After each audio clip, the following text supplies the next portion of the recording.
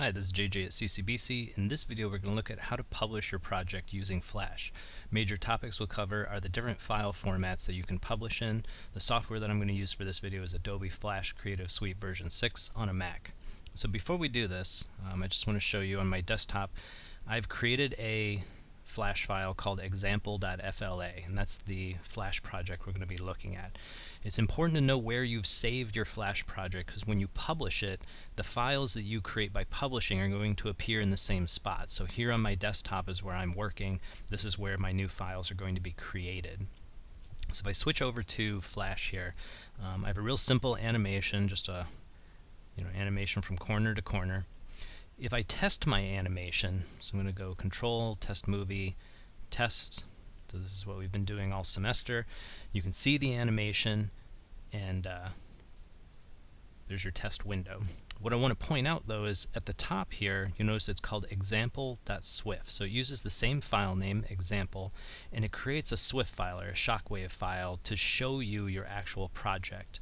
If I minimize Flash for a second, you'll notice here on my desktop I have a new file, and that's my Swift file. Right? So here's the actual animation in that test window that we saw a minute ago. So every time you test your Flash movie, it creates a Swift file for you to view. So that's what you're actually doing. You're actually publishing your project when you're testing it. So you can see what the published version looks like. There's more options than that, though. So let's take a look at our publish settings. When you're ready to publish, you can either click the Publish button here if you already have your settings set, or you can go into Publish settings and set them yourself. So here I have several settings. I'm going to use the default Flash player and the default action script, because the nice thing about Flash is the Flash browser plugin tends to update itself. I think everybody who's used a web browser has seen your Flash player is out of date. Be sure to update it. So you can reliably know that your audience probably has the most up-to-date Flash player, or they're going to get a warning anyways if they don't. So this is using the latest version 11.2 as of making this video, and ActionScript 3.0, which was what my file is set to. By default, it creates a Swift file and an HTML wrapper. What an HTML wrapper basically means is it's going to make a web page with nothing but your Flash file inside of it. So let's go ahead and do that. I'm going to hit Publish. Alright, so it published my animation. I'm going to hit Cancel. And you'll notice a new HTML page has been created. So if I double click my HTML page, it opens up in a web browser, and there's my animation embedded inside the web page. So here, example.html, that's what was created. If I right click and go to View Page Source, you can see in here it's playing example.swift inside of it. So if you publish the HTML Swift combination, just remember these two files need to stay together. And this is what you're probably going to submit for your assignment, or at least post using FTP. You'll post this to your web space, and then you'll send me a link to your HTML file. Just remember what name it is. You can change the name of this file, but if you change the name of this one, remember your HTML file has code referencing this file by name. So if you change the name of your project, you really want to republish it and then use the new files that were created. Other publishing options, let's go back under Publish Settings. You can publish to several image formats. So there's GIF, JPEG, and PNG. The GIF is actually an animated GIF. So by default, it's usually on static. You'd have to go in and say make it animated. You can loop it continuously, or just say to play one or more times. So you can set those properties there. The JPEG and the PNG properties, really it's only going to, because they're not animated file types, they can only store the first frame of your movie. So if you want a screenshot of the very first frame, these are nice to export, and then you can use that in a web page as a link to the project or something like that.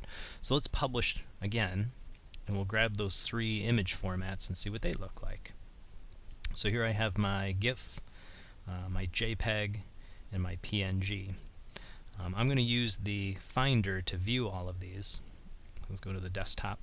So here is the GIF file, and you'll notice it is an animated GIF. It's about 31K. That's not too bad. It's a very small, short, simple animation. Here's the JPEG. You'll notice it's just a screenshot of the first frame. It's not animated because it's a JPEG. It's only 4K. The PNG is 1K, and again it's just the first frame, but it's also important to note the PNG is actually transparent. It doesn't save the background color. You notice how the JPEG you can actually see a frame, there's a white background in there. The PNG, there's no frame because all that's in there is this red square, and it's transparent behind that, so it's one of the big differences between the two, and you can change that in the publication settings. Before we cover projectors, I just wanted to go into the Swift file for a second and take a look at it. You'll notice our Swift file is only 2K. That's important to note. It's a very, very small file size. You can put it in a web browser and animates just fine. The reason it's such a small file size is the web browser has the plugin, the Flash plugin, which is basically your engine for animating your Swift files. So the user doesn't have to download that engine over and over and over. They only need to get the plugin once, and they have the information or the code that's actually going to run the animation, right? So with that information in mind, let's go into our publication settings and talk about projectors. So you'll notice there's two projectors types. I'm going to set both. One is a Windows projector, which means it's for PC, and that comes out as a .exe or an executable file. And the second is a Mac projector, which comes out as a .app or application file. So these are the two standalone file types that you can create where your project is literally a single file. And what's different in this is it's not going to run through a browser. Matter of fact, you don't need a browser at all to view a projector file. So in order for the projector to work, it can't use the browser plugin. It's not run through a browser.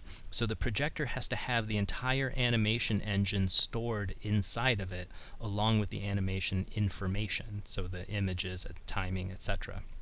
So your projector files are going to be much bigger than your Swift file. Remember, your Swift file can use the browser plugin in order to run the animation. Your projector has to have all the guts, all the code built into it, which is a lot of information. So I'm going to publish one last time. And let's take a look at our last two new files. Let's minimize this for a second. So we have two new files. We have an .exe and we have a .app. So .exe, that's the executable. This is for a PC. And .app, this is an executable for your Mac. If I double click it, it should run. And there's my project running. You notice it's not running through a browser. It's running all on its own. So I can close that. If I look at these through the Finder, so here's my .app file. You'll notice that's 35.8 megabytes. It's huge compared to our Swift file, which is 2K. And that's the difference between having the Flash browser plugin running your animation versus having your app file, which has all of the guts and code that's actually the engine that's going to run the animation. So there's 35 megabytes of data just to run the project, and then probably about 0.2K worth of, or 2K worth of data that's going to be the actual animation. The .exe for a PC, that's 8 megabytes, which is still pretty big. But if I took this to a PC, I could run it on my PC without any problems. I don't need the Flash browser plugin, and I don't need the Flash application installed on the machine. So here you can make standalone versions of your projects that you can distribute to friends or even try to sell on the internet if you wanted to do that. So those are all of your publication options when it comes to Flash. Hope you learned something. See you in the next video.